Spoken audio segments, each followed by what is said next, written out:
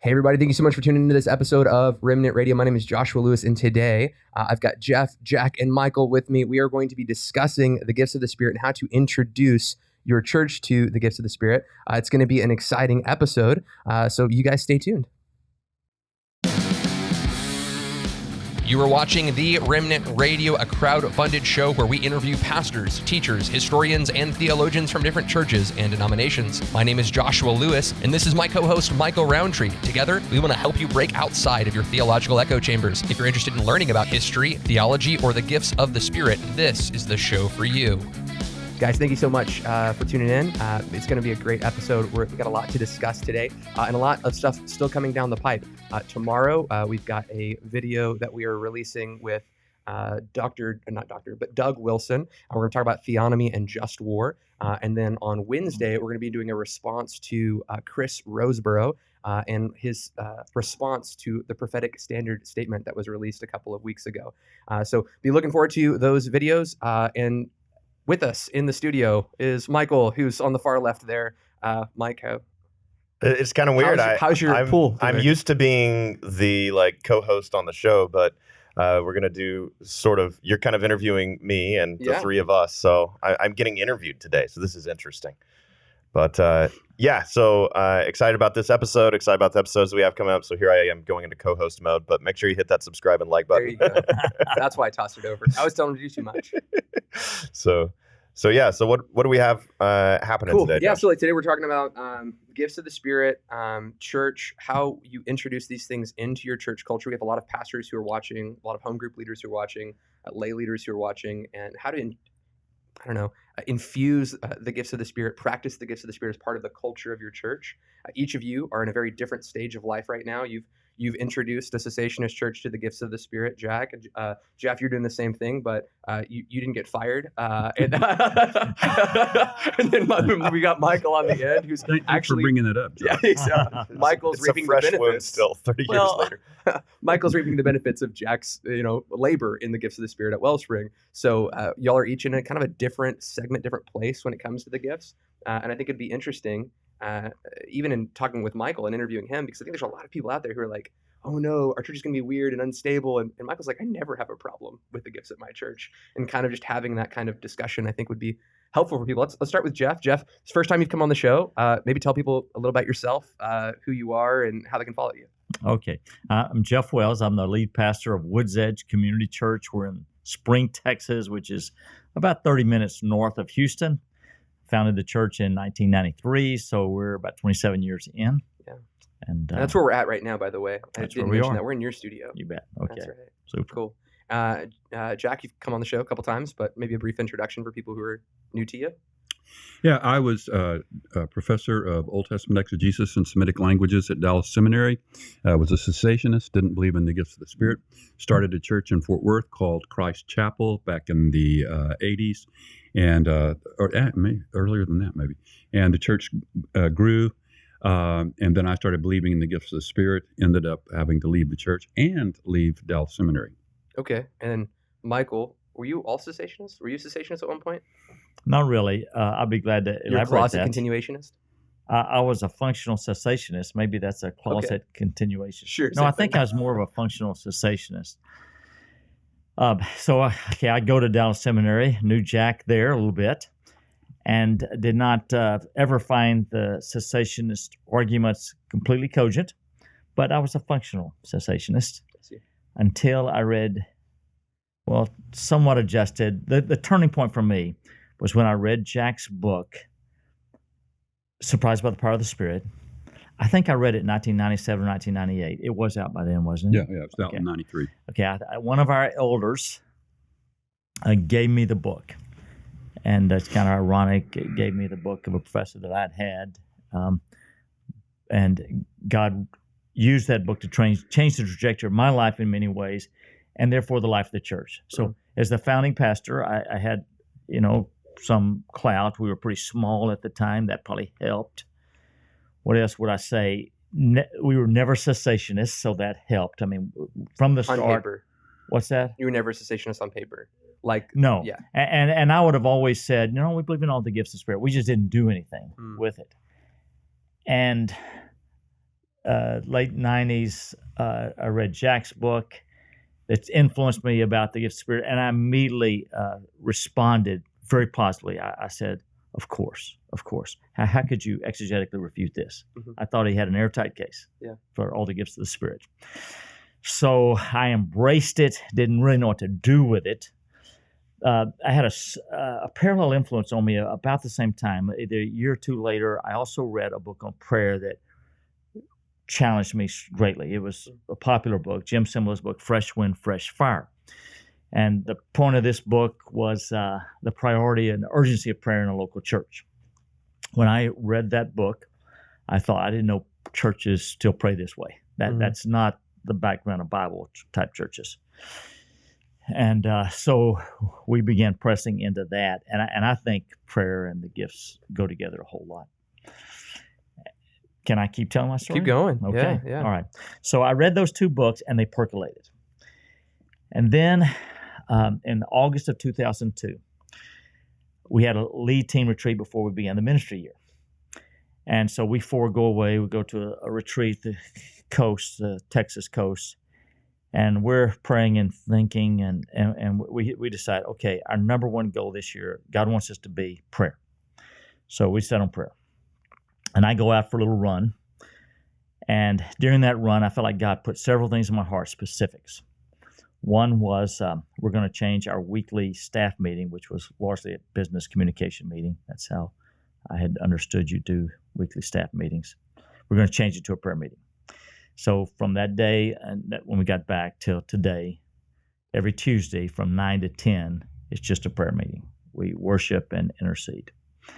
So we began that. Secondly, we raised the bar priority for all of us as a staff. We did actually several things, but here's one of the big things, is we decided to begin a weekly prayer service.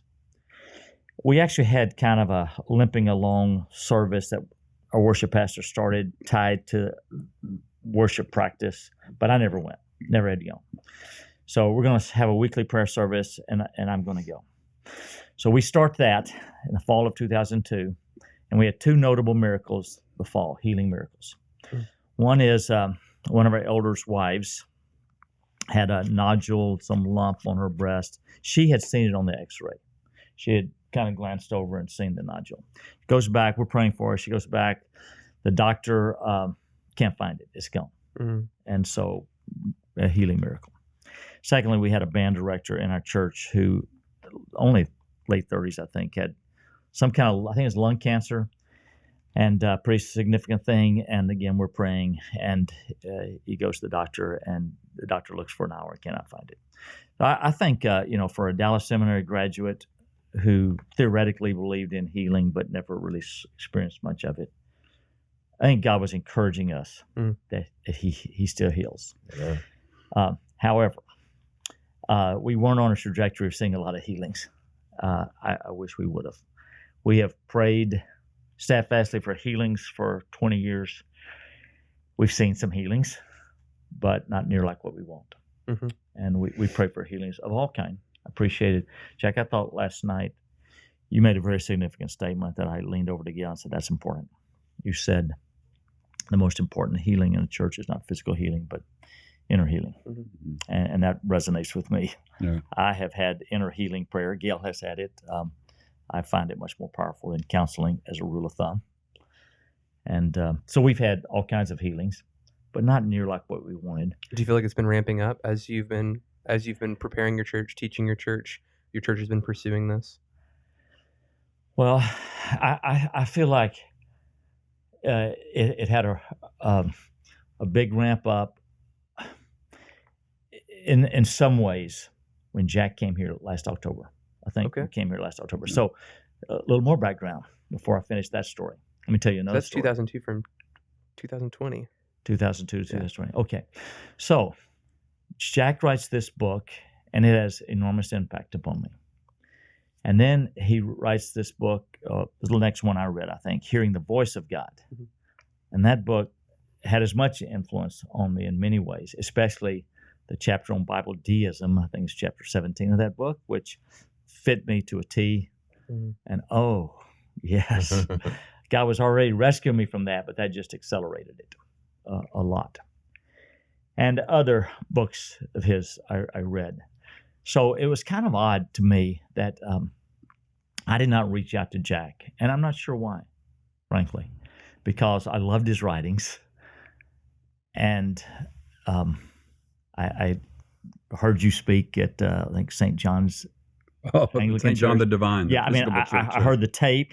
Yeah. I was good friends with the guy at Calvary Community Church, Steve Meeks, and others.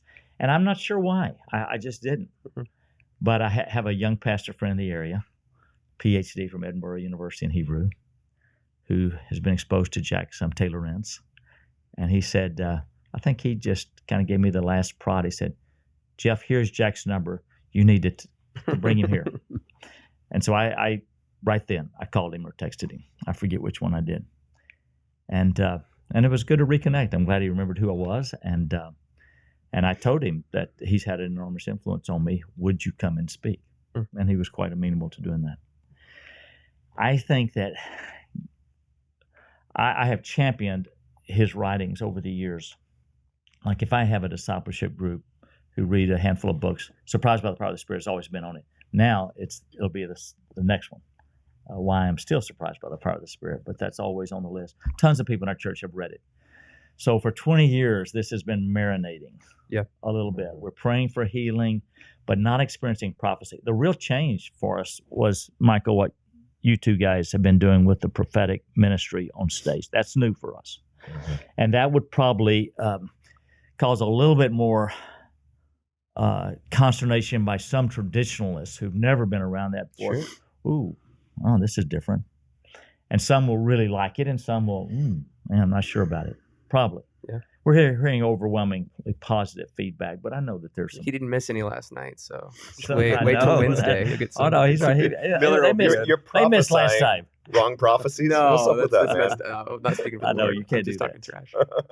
I think that we've had more a hunger for this over the last several years. My wife and I and others have always, our prayer pastor, Carol Ham, have always wanted this.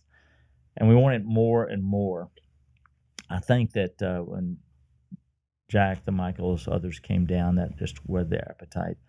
But every day since then, I am praying specifically that God would pour out gifts of healings and prophecy specifically for me, for my wife, for our church. So we're more of an appetite. I'm near the end of my story. No, you're good. I'm not always this loquacious, Josh. But about 2 weeks ago, on a Wednesday night prayer service, we still do a Wednesday night prayer service every week. And we always pray for healing. Right before it, I think I had 2 people come to me and talked about miraculous healing in the past week, and one after the service. So that's a little cluster that was unusual for us to have 3 right then. So I'm hopeful that we're seeing more. And actually, a few weeks ago, I started listing them out, and I think I got 6. Okay. Praise God. Yeah, God. So so 20 years, would you say, maybe 18 years if we're going to be fair, too slow or just right? Are you Too slow. too slow? Too slow. I should have brought, humanly, I trust the sovereignty of God. Amen. But if I was doing it over again, I would have brought Jack in earlier. So- And I would have learned more about this. Do you feel like you went too fast?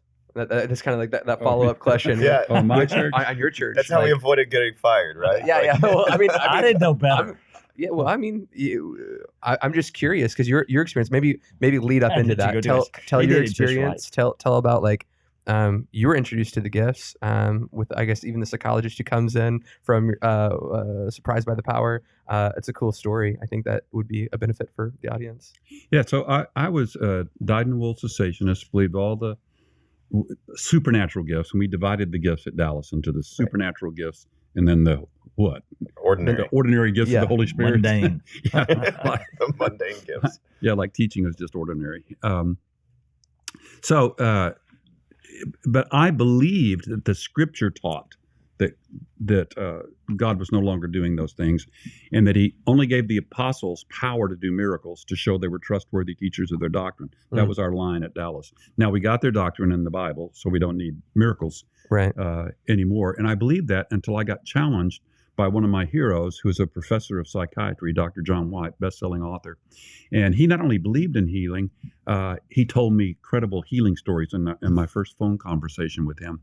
And he didn't convince me, but that conversation so shook me up that I spent the next 4 months in 1986, from January to April 1986, and I looked up every single healing story in the New Testament, made notes on it, and my number one question was, God, why did you do it? And what I found out is there are 10 or more reasons why God healed in the New Testament. None of them have anything to do with showing that the apostles are trustworthy teachers of doctrine. He heals out of compassion. He heals out of mercy. He heals to show Jesus as the Son of God. All of those reasons are rooted in the eternal character of God, not in some transitional historic transition. So after 4 months, I believed in healing. But it was only theoretical belief because I hadn't seen anything. And I hadn't started praying for healing. So we started praying for healing, and right off the bat, we saw a lady with a documented aneurysm. Her name's Ruth Gay. The angiogram showed an aneurysm right up here in her head. Blood vessel swollen, is about to break. So we went on a Monday night and prayed for her. My wife and I laid hands on her head, just a very quiet, simple prayer. She went in Wednesday morning for a second angiogram, and then they're going to do the surgery to repair the deal. And there was no aneurysm. And the doctors said, it's a total miracle. I can't explain it. Aneurysms never go away. And that was like right off the bat, we saw that. I became friends with John Wimber, a name nobody knows today, but in the 80s and 90s, he was the most loved and hated pastor in America. The conservative evangelicals hated him because he was so successful in getting conservative evangelicals to believe in the gifts of the Spirit. And so I started traveling with him, doing his conferences around the world.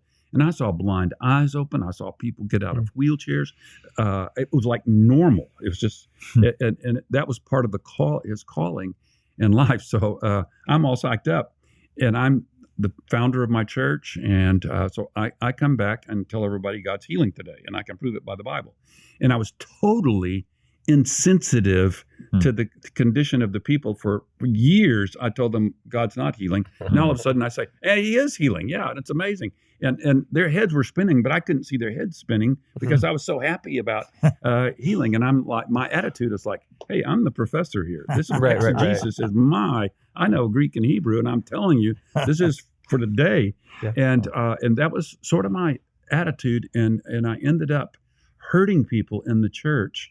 And so if I just had some of the personality I have now, where I was just kind and content to pray for people behind the scenes and not have to put a label on it, anything like that, I think I'd still be at that church. They're some of the greatest people in the world. Wow. My best friend from the 7th grade, I brought him to the church. He became the full-time pastor after I left, but the elders asked me to leave, and they were right because I was so contentious. I was going to split the church. And then for the next 4 years, I went around the world with John Wimber, went on his staff, and learned how to hear God, learned how to do healing, and learned how to teach healing. And that's what I've been doing ever since. Yeah, and this is kind of an introduction into Michael. People know Michael, so it's not like an introduction to him. But in this, you pastored at Wellspring Church. Michael finds out about you, that he's read your book. He's like, well, I think I'm interested in this, and starts getting around. You want to tell your kind of cessationist to continuationist story briefly, and then we'll kind of, I guess, talk about all of that, because now you're pastoring that church. Sure. So I was saved in a church that was sort of charismatic chaos, but I met the Holy Spirit. I got saved, and but I mean, it was people screaming in tongues at the top of their lungs during church service, falling down. I mean, all of the stuff, and went to college at the University of Texas and strapped on the Holy Spirit seatbelt. Took it slow for a little bit, but then I fell in love with a girl who, after I fell in love with her, confessed to me she spoke in tongues. I was like, oh no. So I had gone from, when I got saved in that environment, I was like, I didn't know what to think of it. I mean, I pretty well believed in it, but when I got into a different church in my college years, I stopped believing in the stuff. And then God brought me back around. That's when I read Jack's books. Make a long story short, I graduated, got a finance degree from University of Texas, moved to the Fort Worth area, and I'd been reading Jack's books also, was powerfully affected by them, and found out Jack had a church in the area. It was called Wellspring Church, and so I started attending there, and I would go after I was crunching my numbers during the day, and I'd make the commute on Wednesday nights, and he had this thing he called School of the Spirit.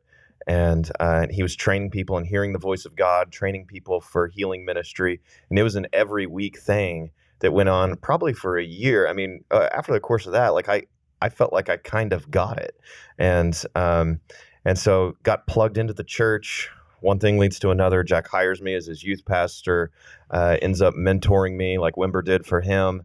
And I go around the world with Jack and teaching in prophecy and demonstrating it, and led our prophetic teams at Wellspring for a while I was their youth pastor and then an associate pastor. And Jack retired in 2012. So, and so I'm kind of like a second gen gifts of the Spirit guy. And really, the church, Jack took over at a church that was already there, and they believed in the gifts of the Holy Spirit too, and were pursuing them. But I think Jack had sort of introduced a whole new level of both theological and experiential sort of background that really took us to the next level. And as we're talking about pace, okay, Jeff is saying maybe too slow on our end, trust God.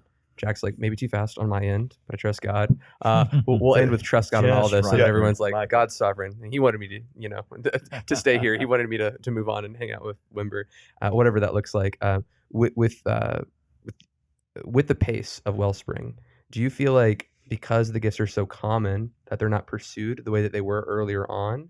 Do you feel like there's a is every service like you guys show up and talk about tongues? Like, is every service at Wellspring on the gifts now that you guys are second gen? Well, I mean, I would say even in a healthy church, that wouldn't be good. If you're like, and this week's sermon is tongues, like again, that wouldn't be preaching the full counsel of God. So, no, I think we've got great balance. Now, even for us though, there have been seasons. I've been the pastor there since 2012.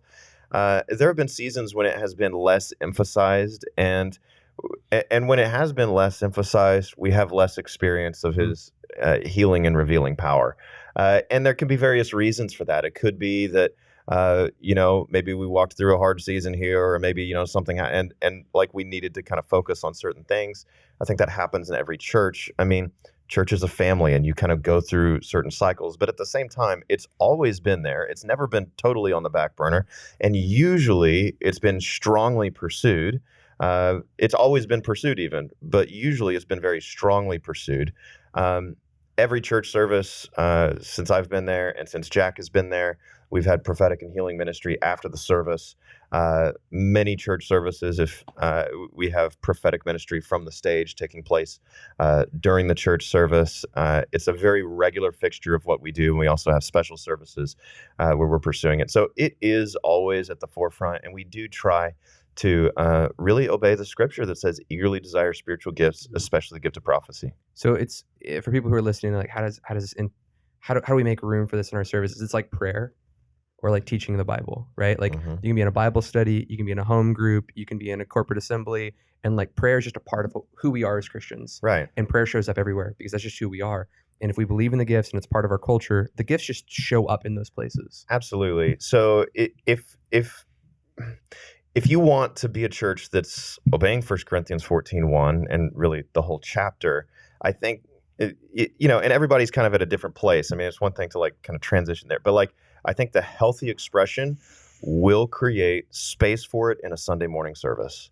Because if you're never displaying prophecy in a Sunday morning service, if you're never displaying any gifts of the Holy Spirit except the gift of teaching, how does that look like what the Bible says the church service should look like?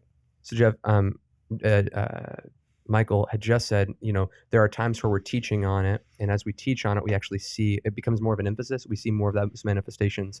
And he said there may be reasons in which we don't see those as you're working through this. And you might not have a solid answer for this, because I think I would even question this personally of how I would answer this, but you're saying we've been teaching on this for 20 years. We've believed it. I've encouraged people to read this stuff. Like, why is it that all of a sudden you feel like things are ramping up? Would you have a reason or speculate on why there's been seasons where you've been teaching and believing this theologically, but haven't quite seen that experiential manifestation yet? I'm not sure how to answer that, Josh, but I'll take a stab at it. In retrospect, I would have tried to learn more. I probably would have tried to get either Jack here or someone like Jack here who could help coach us and move us down. And not sure why I didn't. We've always had lots going on of various kinds, but still. Why are we doing it now? I think because we got Jack here and he kind of just, we need to raise the bar here.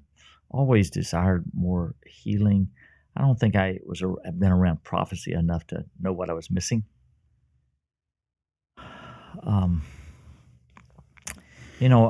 People read the books, we spoke, but I think it'd be more clear rather than say we were always teaching on this to say, well, we were a little bit of functional cessationists because we didn't, except for healings, we didn't do much. And that kind of ties into Jack's story a little bit. Do you find it common that when you go to churches that they actually believe in the stuff, but they're not functioning in it?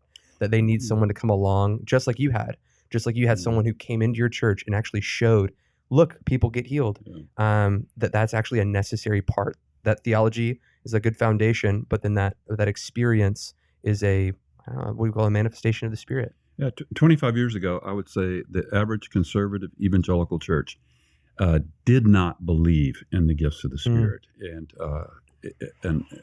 thought if you launched out, you were going to end up in a disaster. Today, I would say the average conservative evangelical church believes theoretically in the gifts of the Spirit. They're not cessationists any longer, but they don't practice them because no one's ever shown them how to do it.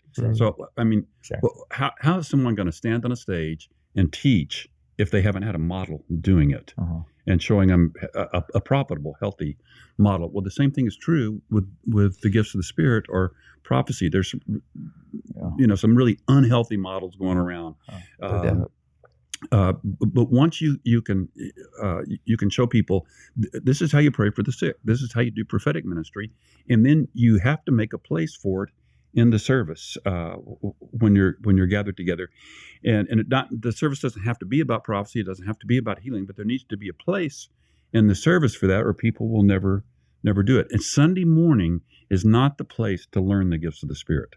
Sunday morning is the time for the mature expression of all the gifts. We don't come Sunday morning and go, hey, who'd like to give the sermon this morning? Right. And why would we come? And some churches do this and say, who would like to give a prophetic word? I've been in those services, and most of those prophetic words aren't even prophetic. Yeah, it's just bad news. You're teaching people to despise prophecy when you do that.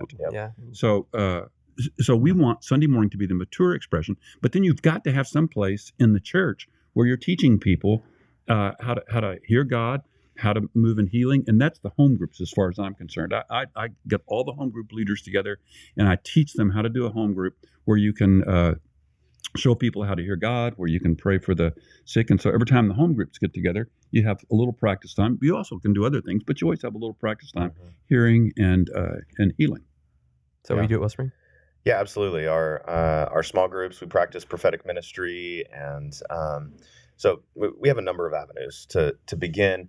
Like you can almost think of it. I mean, a lot of churches will have like a leadership pipeline, if you will, a sort of path of progress and growth. And so, sort of where we find out if somebody has a prophetic gift at all is usually in a sort of home group setting. People are sharing prophetic words with one another. It's like, man, that girl, she's really prophetic, and she needs to be on the prophetic team. And then we have these prophetic teams, 2 or 3 people, usually 3, pray after the service, and we'll have an observer. And so that we might put that person in an observer role, like, hey, here's how we do it. We have a leader on the team who's sort of synthesizing the words, making sure it all makes sense, but also at the end we'll have maybe bring a little constructive feedback. Hey, if you said this word like this instead of like that, it might have been, or some encouragement, and then so they're guiding the team, and the observer can ask all the questions they want. It's like then they kind of reach the place that they can actually be part of the team, and then if they start to be really proficient, then they can be a leader, and then and then the next stage is maybe on the stage as part of that team, and then from there they might become part of a traveling team where we go to other churches. Does Chris still lead your prophetic ministry? He is. He's amazing. So I came to Wellspring one time, came up front, and what like y'all probably don't know is that when you go to Wellspring, they have one of their people record the prophetic word, and they send it to the leader who's in charge of the ministry, and they send it to the individual so they can kind of keep track over that word. And it's really interesting because Chris was like, hey, how did your time with the prophecy stuff go? And I was like, well, here are my thoughts. And not only was he able to take my thoughts, okay, this word has been judged, it's been weighed. Was it 1 Corinthians 14:29 that the others are to weigh and judge what is being said, that there's actual room for that. And I think this is, and I'd love to hear y'all's thoughts on this. This is, I think, the number one reason why people despise prophecy. I think it's the reason why people despise tongues is because the way that tongues gets practiced is, hey, everyone scream at the top of your lungs, in tongues as loud as you can while the unbelievers are present. It's like we're not doing it the way the Bible tells us to. So people despise it. So when it comes to prophecy, there are prophetic words that are given, but then they aren't judged. They're, one of the things that I love that Michael and Michael do is they get up and they'll give a word, and they'll ask the person, does that bear witness? Does that make sense? Yeah. Which back in my day, I'm like 12 in comparison to you guys. So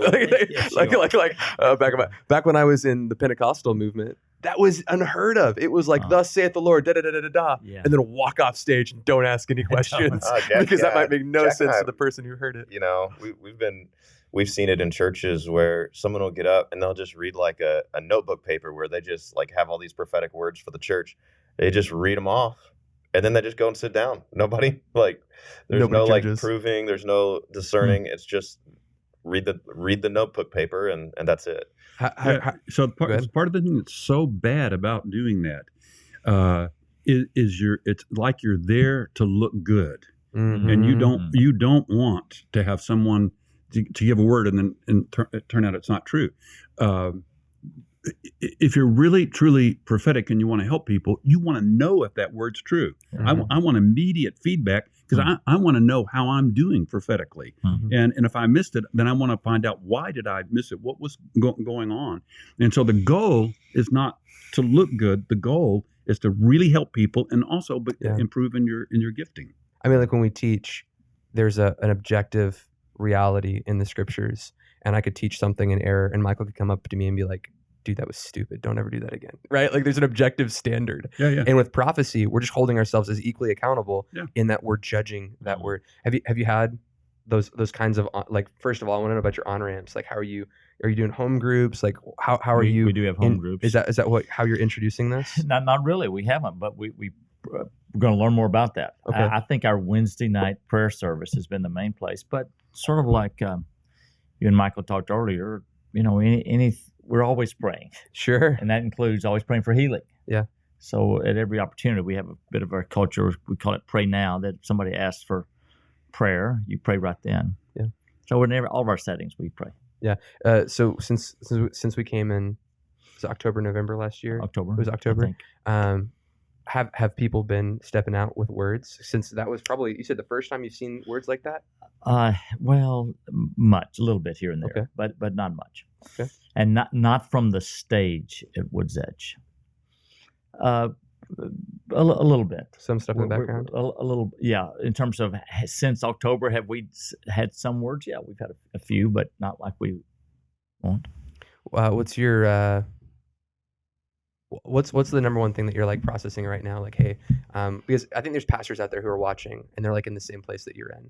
They're like, hey, I know that I believe in this stuff and I think my church will go with me, right? Like I think they'll go. And you're probably further along than a lot of them, as in you've had Jack come in, you're pushing your church to, hey, read this stuff, educate that stuff. What would be like the advice that you would give to the pastor who's tuning in, or maybe the home group leader or whatever, and they want to see this more involved in their church? Well, two or three thoughts. One is in terms of the pastors out there would like to move closer. I can't help but think of the contrast between Jack's church that he founded, Christ Chapel, and our church that I founded, WoodsEdge Church, in terms of, I mean, he was actively cessationist. He's in the shadow of Dallas Seminary. I'm not. Mm-hmm. We're very eclectic. The people 25 years ago that I knew of that would go to a Bible church are very different than the kind of church like I've never considered WoodsEdge a Bible church. Mm. And so people come from probably more Catholic backgrounds than anything, but Baptist, Presbyterian, certainly charismatics. So we were never known as a Bible church. And I always had more variety. And then you have me never saying that the gifts have stopped. Always saying, yeah, we believe in all the gifts. And we began praying for healing for a long time and recommending books like Jack's book. So I just think a very different milieu. So what am I saying? I'm saying be aware and sensitive to where your church is and what are the next steps. But I think I have been too slow. I would bring in Jack or someone like Jack sooner or do something to find out, okay, how can I lead our church? Yeah. I'm wondering, Jack, if you should have a yearly gathering for a week of pastors from around the country that gather to you. Maybe we should host it. WoodsEdge. That would be great. I would love to do that. All the pastors who you heard it here first, or want to move their church with more experience, more of the supernatural ministries of God. Can I come here for a week and let's find out? I think that'd be fantastic. I love being with pastors. Yeah, Jack. Same question though. Like how pastors want to get involved. Pastor wanting to move his church into this. What would be your advice? Well, I'll just tell you what happened to me. So I see John Wimber, do these amazing words of knowledge. I see this healing, and and he says we started in our home groups. People learn to hear God in the home groups. And I said, well, do you think? And I'm pastor of Christ Chapel Cessationist Church. I'm also a professor at Dallas. And I said, well, John, do you think if I started a home group that God would speak to me like He speaks to you? And he goes, I don't know why He wouldn't, Jack. So I go, okay. So I started a home group, and there's about 20 people, and it's on Tuesday nights, and at Christ Chapel. At Christ Chapel, yeah. And so I said the first night there, I said, okay, now we're gonna pray, and God's gonna speak to us. Or I'm thinking in my mind, or not, because I don't have a clue. I've never done this before. So I just say, okay, we're gonna ask Him to speak to us. And while we got our eyes closed and we're just being quiet, there's an impression that's going to come. Like you might have an impression that we're supposed to pray for the right hand of a man, or you might see a picture. You might see a man's right hand, or you might feel something in your right hand, like Jesus could. When the woman touched Him, He could feel power go out from Him. So God will speak to us in our bodies sometimes. So I said those are the three main ways, and then the only way to find out if that was really God is you got to raise your hand and say, I think. And that's all we're doing. We're just saying, I think. We're not awesome prophets. We're just beginners. And that's how we started in our church. Just Did you have confidence when you said that? Was it like, oh God, I hope God responds in this way? Like hearing you talk about it now, it sounds like this is what's going to happen. If I was in your place, I'd be like, outwardly I manifested confidence, but inwardly I was, man, I hope this happens. That's important for pastors to hear. Yeah, that's true.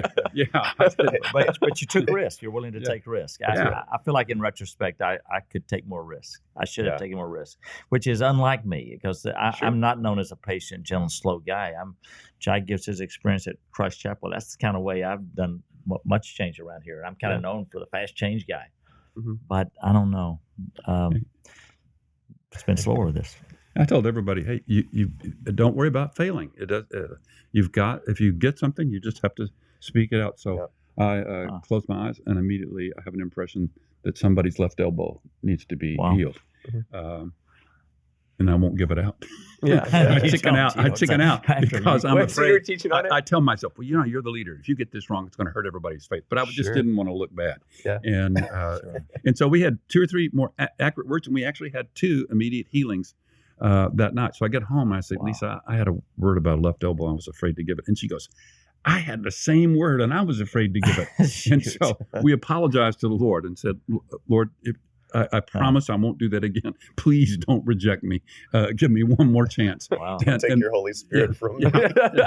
And then I said, then I said, Lord, would you just show me who that person was with the left elbow? So I go to my office the next day, have my counseling appointment. First lady comes in, Glenda, and Glenda, as soon as she walks through the door, I know she's the one with the left elbow. And so I say, Glenda, when you were in the meeting last night, was your left elbow hurting? She goes, yeah, did you see me rubbing it? It was killing me. And I said, no, I didn't see you rubbing it. And she said, it was the most amazing thing. By the time the meeting was over, I was completely healed. Oh, so she was healed. Healed without me giving without me giving the word. And that was my first word of knowledge. I chickened out on it, and then didn't chicken out anymore. Yeah. Same advice, Michael. What would you say? Okay, so advice. So what's the question again? The question would be like, there's a pastor out there listening. And they're like, I think I want to get more involved. And the question for them might be like, hey, we actually believe in the gifts, and like we're kind of ghosty, but like, how do we like raise up a generation of people in our church and maintain this culture in our church? Because you're doing a good job of that. Yeah. All right. Would you guys describe yourselves as ghosty? Is that the adjective? That's my adjective. I don't use that a lot. So honestly, I think the biggest thing is you got to get coaching. I mean, you can get so far reading a book about it, but you really need somebody to show you. And you'd say that about preaching, right? Yeah. For sure. All good preachers have had somebody show them how to preach, right? Yeah. And that's true in every area of life. And this is a particular area where it can get messy. And I think a lot of the mess in the church is because nobody had anyone to show them. We're just kind of figuring it out as we go. And so I had the benefit of having Jack show me in great detail. And we were at a different church in the spring of this year, and they were asking me about, so do you have mistakes 24/7, and there's this giant mess you're constantly having to clean up? And I was like, actually, I thought that might be the case when I was a cessationist coming into it. Like, I'm going to have constant messes to clean up, but we have rare messes to clean up, very rare. And the reason is we have a culture that has been built. And when you build a culture where that's built on a biblical understanding of the prophetic, and so that culture, one of the things that we talked about was taking risks. And if you come from a cessationist background, like, whoa, like I don't take risks speaking in the name of the Lord. And but there's a whole theological foundation that you have to build for that. And what is the biblical understanding of it? So we've had such biblical instruction in prophecy and in healing, so that we have a culture that understands, Romans 12, you prophesy in accordance with your faith. And so faith, as Jack taught us, is faith is spelled R-I-S-K. Yeah. And so there is risk involved, but what does that look like? What does it look like to weigh prophecy? 1 Corinthians 14:29, 1 Thessalonians 5. And so we build these things into the culture, and we have coaches and mentors guiding it along the way. But I would say for somebody who's making the transition, they need somebody to show them. So, Jack, how can they reach out to you for starters? His phone number how can they reach out to you if come to our new conference here? Yeah. If somebody wants Jack Deere to come visit their church and teach them in prophecy and healing, just find my email and email me. I have a website, but it's defunct. I'm a one-man show. I don't have email. To run that. Yeah, if you can't find that, email Remnant Radio, and we'll get you hooked up. Yeah, that's fine. Yeah, media at the Remnant Radio. Yeah, we can email Wellspring, and we can show you too. So, in y'all's experience, and anyone can speak to this. It feels like you've got these people in your church. I don't want to call them difficult people because we're all on a journey. We're all in a different place in our sanctification, and I would say that our knowledge of the gifts is just a part of that journey. In God refining us and giving us His mind on these things. When we talk about the gifts, and you have that person that's kind of like resisting, or I would call them a difficult person, in that they're the one that's like not diving in, right? And in fact, probably even instilling fear or discouragement to the others, right? How do you win that person? Is it an experiential thing? Is it a theological thing? Because again, pastors that are listening, church leaders who are listening, they've got that person in their church. How do they care for that person well? I'm asking the easy questions. Gently. Yeah. Okay, gently. Gently. Just be gentle. I'm interested in Jack's response to it. short verse for me, they may have a theological question, but probably not. They probably just are uncomfortable, have fear, and just try to be gentle and assure them we want to be what God wants us to be, and this is biblical. Well, there's a difference in a person who's like cautious. I don't know what I think about this. I'm a little afraid. There's a difference in that kind of attitude and the person who's going to work to undermine you. Yeah. Okay. And the one that's going to work to undermine me, I'm going to confront, and I'm going to say, you don't have to believe what I believe, but you can't stay in the church and work against us. If you can't change the church, I'm the leader of the church, or the elders. We're the leaders of the church. And so gentleness when appropriate. You always even telling somebody to leave the church, you want to be gentle. Sure. I mean, it's not harsh doesn't pay off. I learned that the hard way. Sure. It's not good for the spirit. I've done that plenty. And that sword cuts both ways, because there's some people that are so gun ho for the gifts that they're actually they actually discourage people from believing it. So I had one lady in our church at Wellspring early on. When she would pray for people, she would shake her hand like that. So I go to her and I say, that's not a profitable way to pray for people.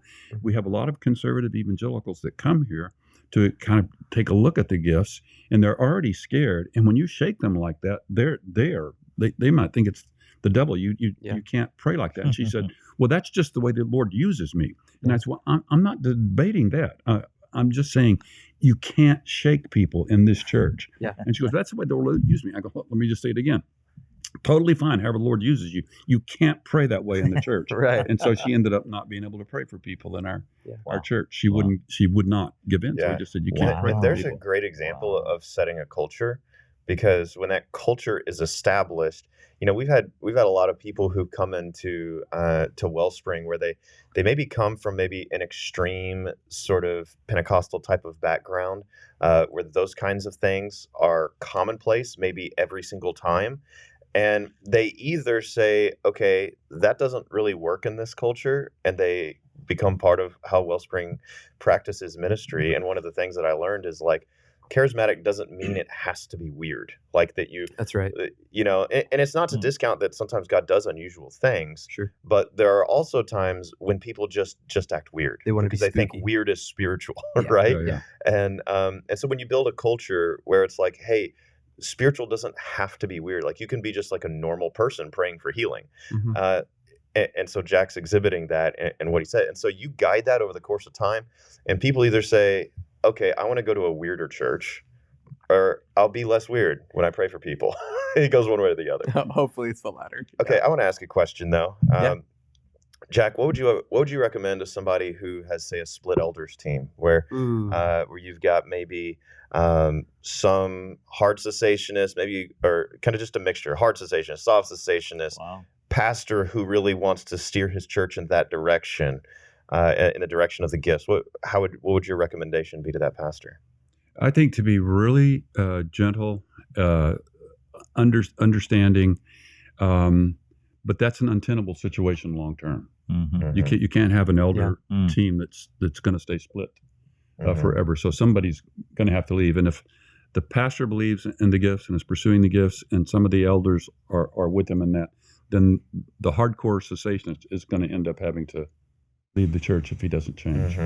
I like to have Max Lucado on the show, and he like came to his elder team and was like, "Hey guys, I gotta confess something. Like, I speak in tongues," and like he said, like, of his elders, like a third of them were like, "Oh, thank God!" Like, so do we. Like, they were just waiting.